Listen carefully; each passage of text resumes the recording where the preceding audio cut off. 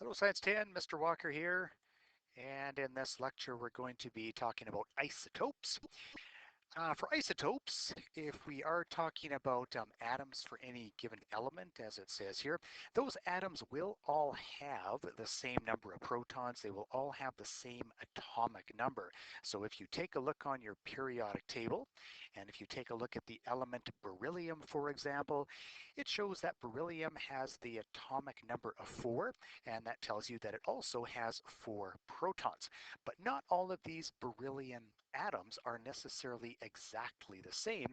They may differ a little bit in terms of their what is called atomic mass, and they may vary as well in the number of neutrons. It is the number of neutrons and the number of protons that does determine the atomic mass, or we'll also talk about something called the mass number of an element. So isotopes are atoms of an element that have the same atomic number. And remember that the atomic number, we are referring specifically to the number of protons.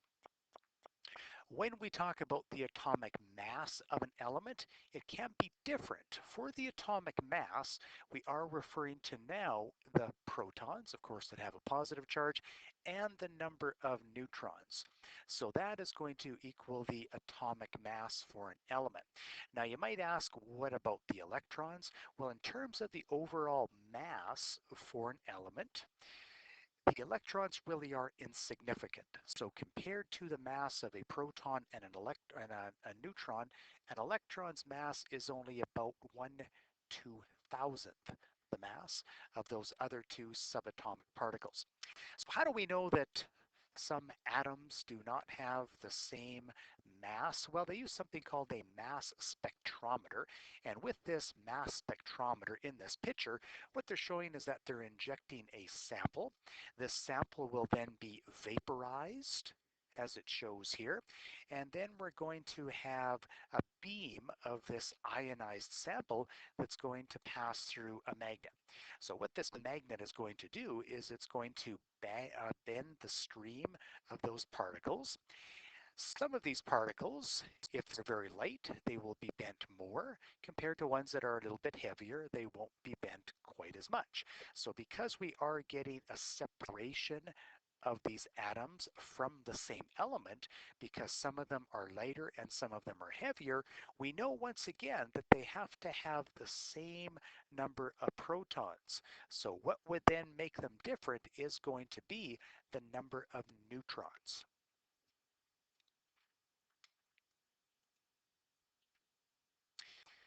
So going back to the terminology that I was mentioning, again, the atomic number is directly from your periodic table.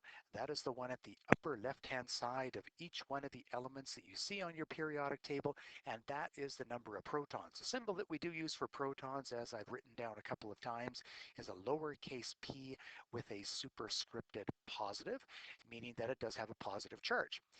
The mass number, now this is slightly different than the term that I had on the previous page. The mass number, here we're talking about for a specific isotope. And for a specific isotope, you will always have a whole number for the mass number. And the reason why it is a whole number is you cannot have a partial proton or a partial neutron, so you always have to have a whole number for the mass number. And that is where the mass number comes from. It is the number of protons plus the number of neutrons. That gives you the mass number. So differences in the atomic masses and the number of neutrons for a given element.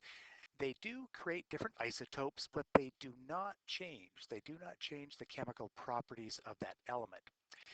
So we will be taking a little bit of a look at writing the names, property naming, and writing the formulas for, or rather the symbols for different isotopes. So when you write the name of any element, keep in mind that the entire name is lowercase letters. There are no capital letters when you do name any of the elements.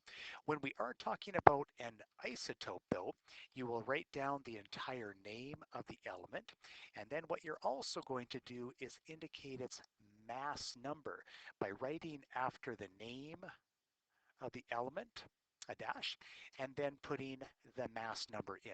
So the mass number might be 10, and again, the mass number is going to be the sum of how many protons and how many neutrons you have.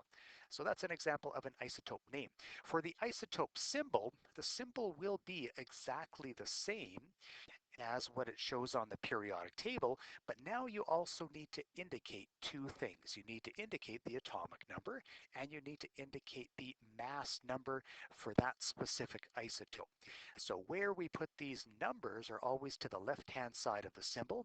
For the mass number, it is superscripted to the left-hand side, and for the atomic number, it is subscripted on the left-hand side.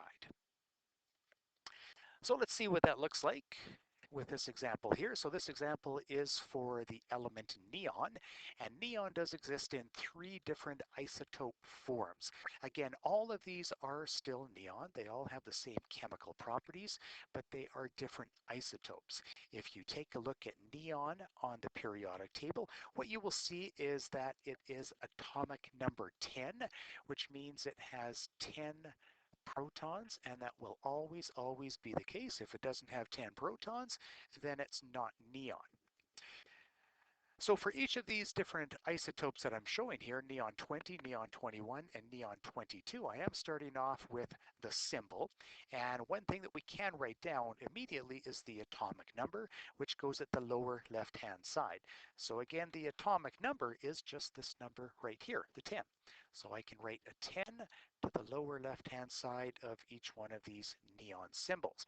Now in the name, again, all lowercase, this number here, the 20, is combining the number of protons plus the number of neutrons. So that's what's equal to 20.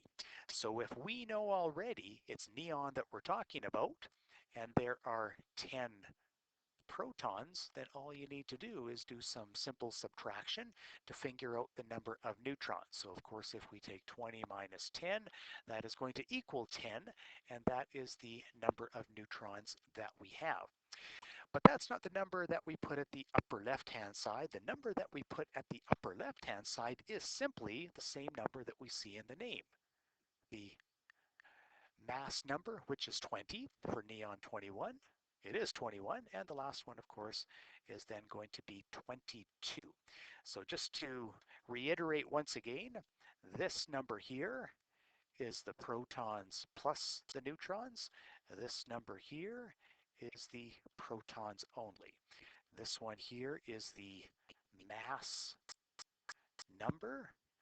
This one here is the atomic number.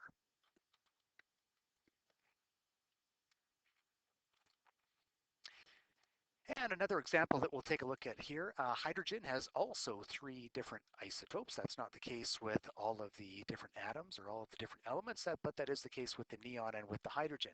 And again, I've written the full name, all lowercase letters, and I've indicated which version or which isotope it is. If you take a look at hydrogen on a periodic table, it is the one with atomic number 1, so we can write that number down for the atomic number. And again, for the mass number, it's the same as what we do have in the name itself. Oops, this last one here should of course be a 3. So what that does mean is that in the case of this one here, we know that there is one proton, and that means that there must be 0 neutrons in order to give us the mass number equal to 1.